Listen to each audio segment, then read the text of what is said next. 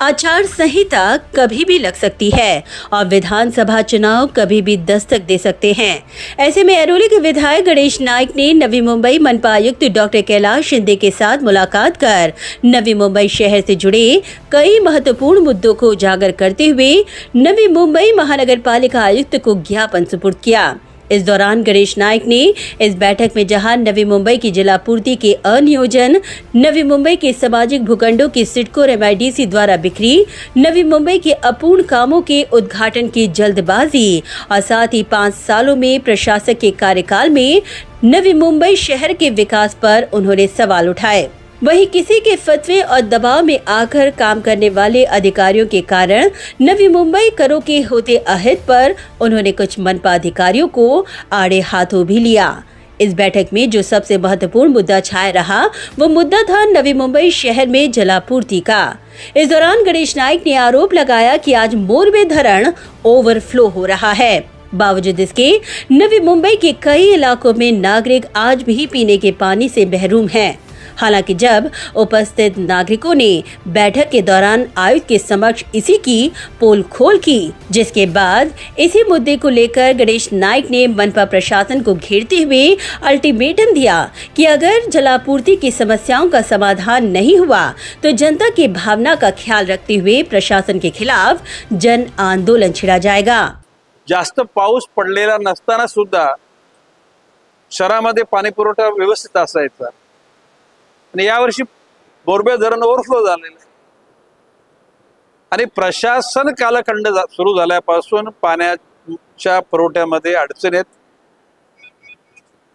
नेरुलला, दिघ्याला, Airoli, कोपरकरणे, Ghansoli, CBD,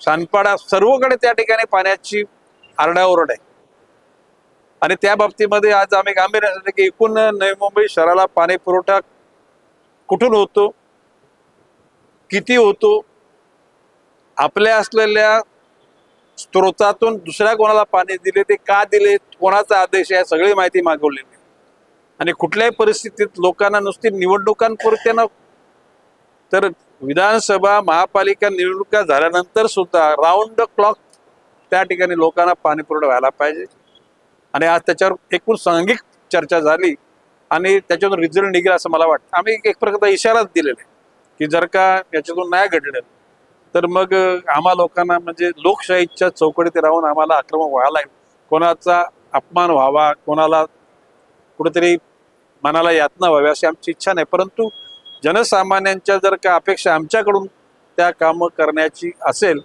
तर जनसामान्यांच्या भावना तिथे त्या ठिकाणी मांडणं गरजेचं होतं आणि त्या मांडलेल्या। इतना ही नहीं, उन्होंने महानगर पालिका द्वारा आधे अधूरे काम के उद्घाटन की जल्दबाजी को लेकर मनपा प्रशासन को आड़े हाथों लिया और कहा कि उद्घाटन की सूची से ऐसे सभी कामों को हटाएं। आयुक्तांच्या मी नजरेत आणून दिलेले की काही शहरामध्ये काही वास्तू आहेत त्याचं काम पूर्ण झालेलं नसताना त्या ठिकाणी उद्घाटनाचा घाट घातलेला आहे आणि ते बरोबर नाही। उद्घाटन झालं म्हणजे दुसऱ्या दिवसापासून त्याचा वापर व्हायला पाहिजे। तो इमारत शाळेची असो, आरोग्याची म्हणजे हॉस्पिटल असो किंवा एखादा कुठला वाचनालय असो, त्या ठिकाणी ती इमारत दुसऱ्या दिवसापासून कार्यान्वित व्हायला पाहिजे। दुर्दैवानं काही ठिकाणी काही गोष्टी अपुऱ्या असताना ते उद्घाटनाचा घाट घातलाय आणि म्हणून माननीय आयुक्तांना मी सांगितलं की अशा ज्या काही अपुऱ्या असलेल्या गोष्टी डिलीट करा आणि पूर्ण झाले त्याचं उद्घाटन करू। गणेश नाइक ने पोल खोल करते हुए महानगर पालिका की 6000 करोड़ के स्पिल ओवर वर्क पर भी सवाल खड़े किए। अभी चिंता ये है कि स्पिल ओवर हुआ 6000 करोड़ का, कितना ये पैसा देते देते ये जो नया सभागृह में जो लोग आएंगे वो सूचना करेंगे, वो काम करने के लिए दूसरे 5 साल के बाद में पैसा मिले।